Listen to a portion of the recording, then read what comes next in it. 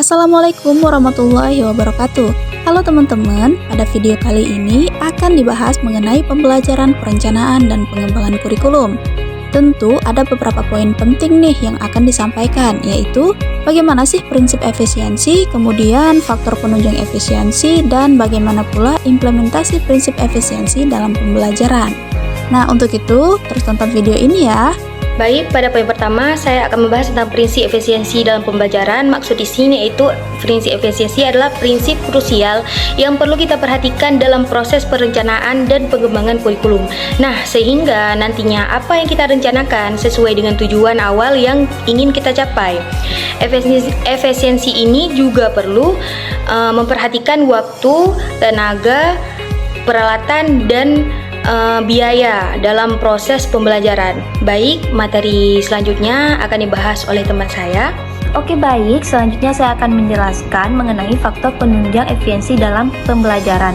Nah, dalam konteks belajar, efisiensi ini mempunyai arti meningkatkan kualitas belajar, penugasan materi belajar, mempersingkat waktu belajar, meningkatkan kemampuan guru, serta mengurangi biaya tanpa mengurangi belajar mengajar.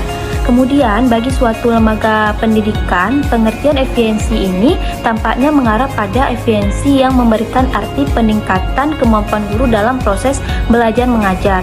Hal ini karena dalam proses belajar mengajar yang mementingkan hubungan peserta didik dan guru yang menjadi pihak yang aktif. Kemudian, dalam faktor penunjang ini terdapat dua faktor yang dimana yang pertama itu ada faktor internal, yaitu faktor dari dalam, yaitu keadaan atau kondisi jasmani dan rohani si peserta didik, yang dimana berkaitan dengan fisiologi dan psikologi peserta didik. Nah, maksud dari fisiologi ini yaitu yang berhubungan dengan kondisi fisik si peserta didik. Sedangkan dengan psikologi yaitu yang berkaitan dengan keadaan psikologi seseorang yang dapat mempengaruhi proses belajar.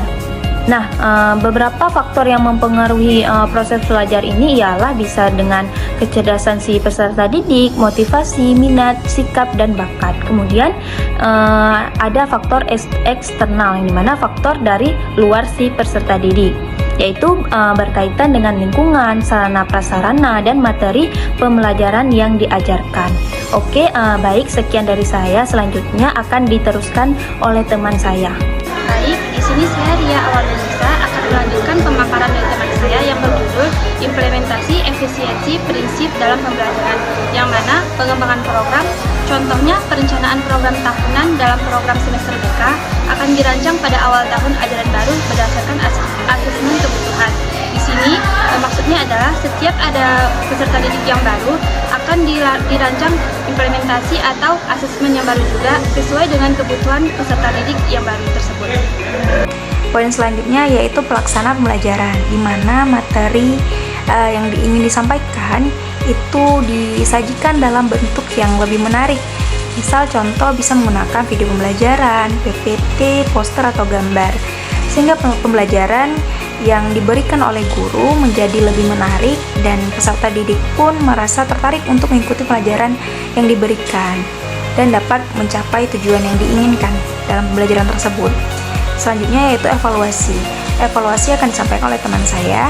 Kemudian ada yang dinamakan dengan evaluasi. Nah, evaluasi ini adalah proses yang dilaksanakan sepanjang pelaksanaan kurikulum tahunan, semester, dan juga harian itu sesuai dengan program yang sudah dirancang. Nah, untuk BK sendiri, evaluasi itu dilakukan setiap setelah melakukan kegiatan. Sebenarnya apa sih guna dari evaluasi itu? Guna dari evaluasi adalah untuk mengetahui proses belajar peserta didik apakah sudah sesuai dengan rencana pembelajaran atau belum. Nah, kemudian untuk mengecek hasil belajar apakah ada kekurangan atau tidak. Nah, bila ada kekurangan maka perlu untuk dicari solusi. Itu adalah guna dari evaluasi.